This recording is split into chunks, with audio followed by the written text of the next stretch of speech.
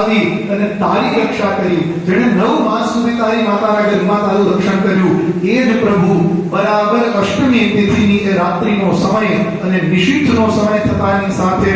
જેમ પૂર્વ દિશાની અંદર ચંદ્રદેવ ઉગે અને ચારે બાજુ જળાહળા પ્રકાશ થાય, એ જ રીતે આવિરાસી યથા પ્રાચ્યામ દિશિન્દુય પુષ્કલઃ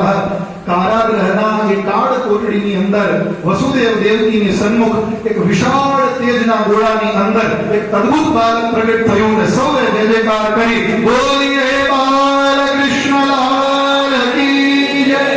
તમદ્ભુતં બાલકમં મુજેક્ષણં ચતુર્ભુજં શંખગદાયુધાયુધં શ્રીવત્સલક્ષ્મં કલશોભિકૌસ્તુભં પીતાંબરં સાન્દ્રપયોદસૌભગં. સુખદેવજી કહે છે કે કાળ કોટડીની અંદર એ તેજના એક વિશાળ ચક્રની વચ્ચે અદ્ભુત બાળક પ્રગટ થયું, જેને 4 ભુજાઓ છે.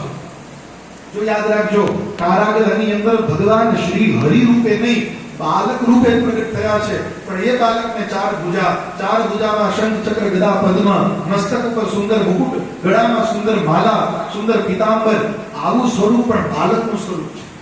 જ્યાં દેવકી વસુદેવ